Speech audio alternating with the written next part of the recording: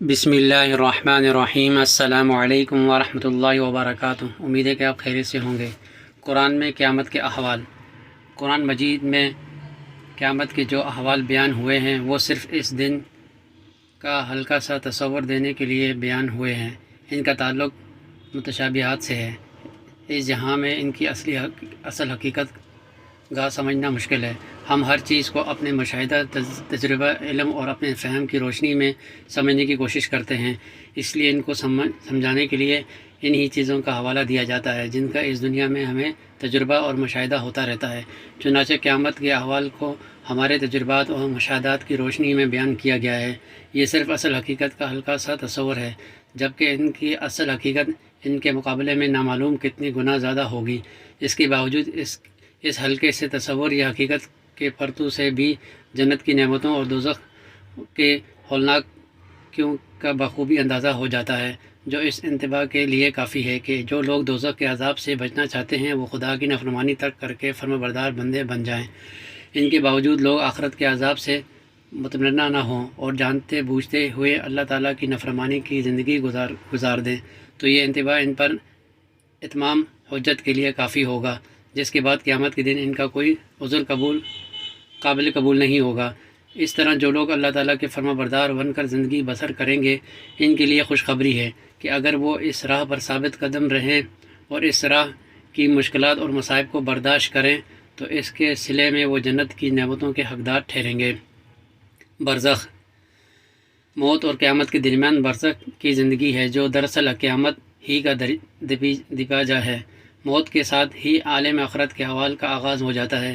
اہل ایمان کو ایمان کی حقانیت اور اس کے اچھے انجام کی شہادت مل جاتی ہے، اور کفار کے سامنے اس کے انجام کے ظہور کا آغاز ہو جاتا ہے، جس کو وہ دنیا کی زندگی میں بھی تکذیب کرتے رہتے ہیں۔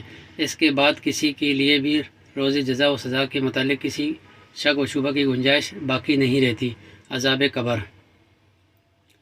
عذاب قبر کے متعلق بعض غلط فہمیاں پائی جاتی ہیں کہ یہ خیال کیا جاتا ہے کہ مرنے کے ساتھ ہی اعمال کے مطابق فیصلہ کر دیا جاتا ہے اور اس کو دوزخ یا جنت میں بھیج دیا جاتا ہے، لیکن یہ بات قارن قیاس نہیں ہے، کیونکہ حساب کتاب اور اعمال کی جواب دہی سے قبل کسی کے انجام کا فیصلہ عدل کے تقاضوں کے مطابق نہیں۔ اعمال کی جواب دہی کا دن تو قیامت کا دن ہے۔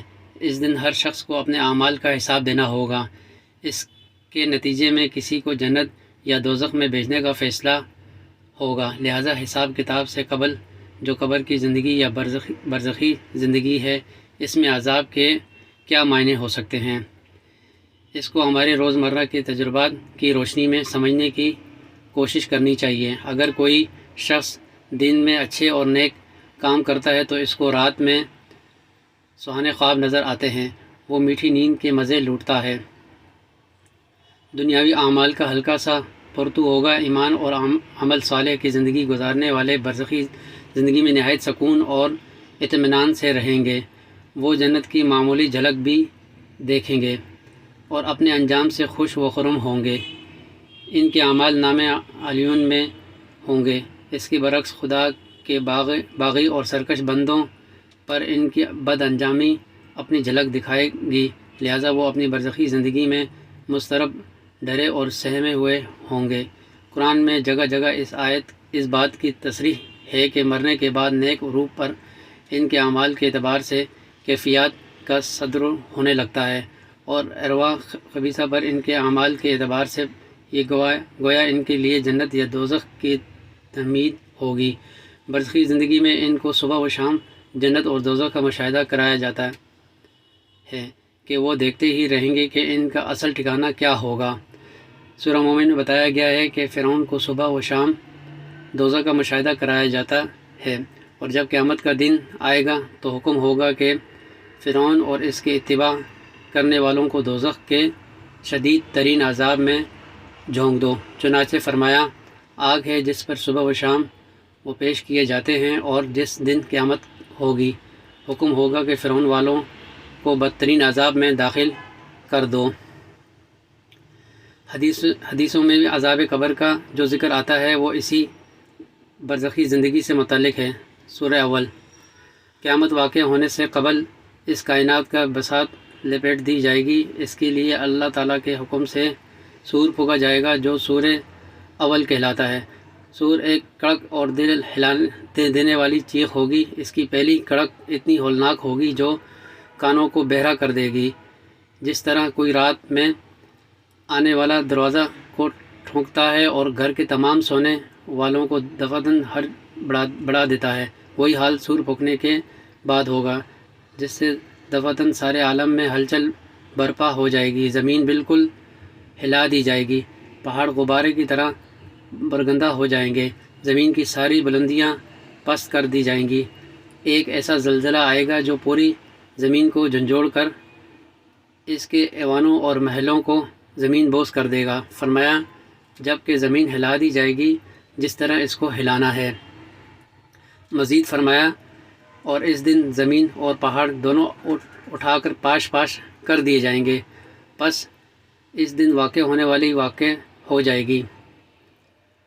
اس دن کائنات کی نمایاں ترین چیزوں کا جو حال ہوگا اس کا اجمالاً تذکرہ ذیل میں کیا جا رہا ہے۔ آسمان کا حال، سور قیامت سے آسمان کی کھال کھینچ لی جائے گی۔ یہ نیلیگوں چھت سرخ کھال کی طرح نظر آنے لگے گی، جس طرح سے کہ گوشت پر سے کھال کھینچ لی جائے تو اندر سرخ گوشت نظر آنے لگتا ہے۔ سورہ رحمان میں فرمایا پس یاد رکھو اس وقت جب آسمان پھٹ کر کھال کی مانند سرخ ہو جائے گا۔ اس دن یہ آسمان جو آج نہایت مستحکم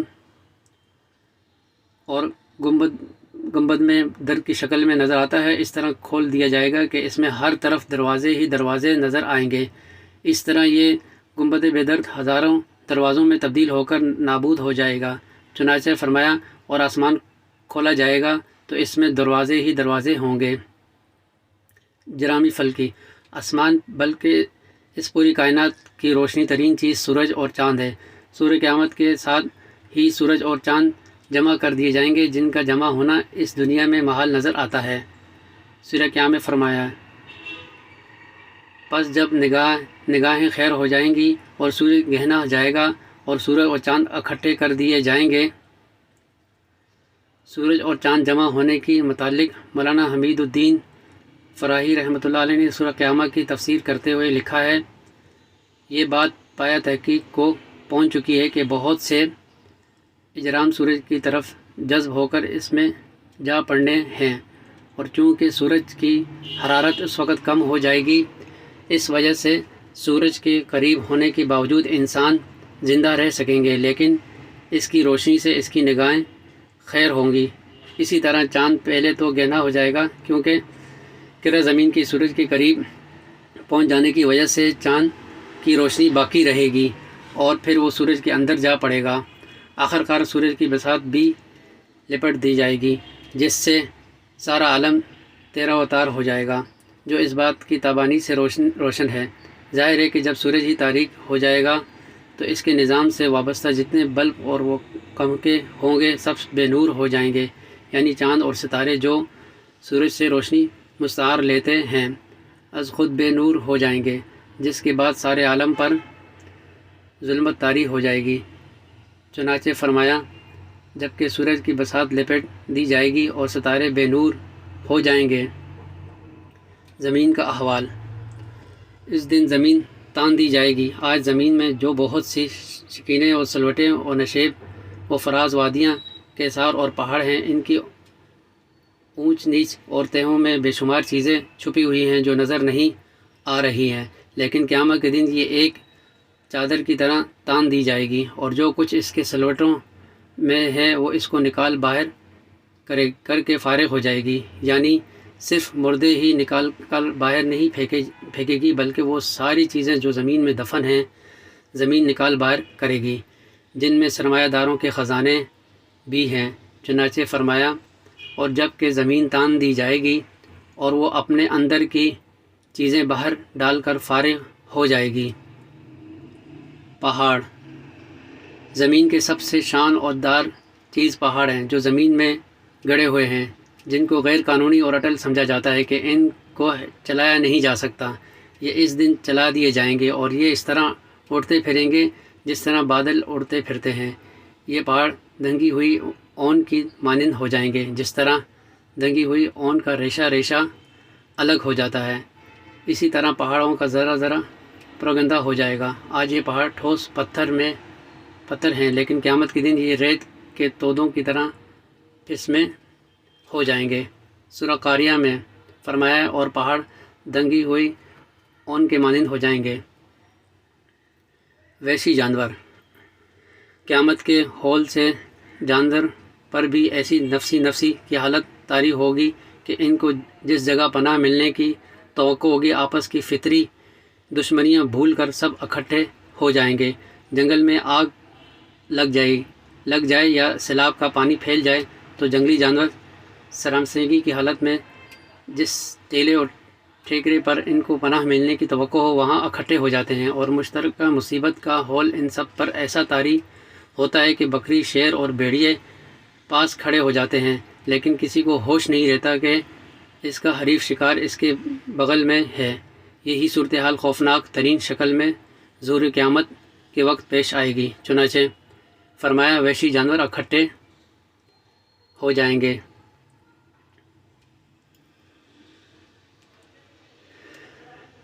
اپنا خیال رکھیے گا اور پھر ایک نئی ویڈیو میں حاضر ہوں گے۔ اللہ حافظ، فی امان اللہ۔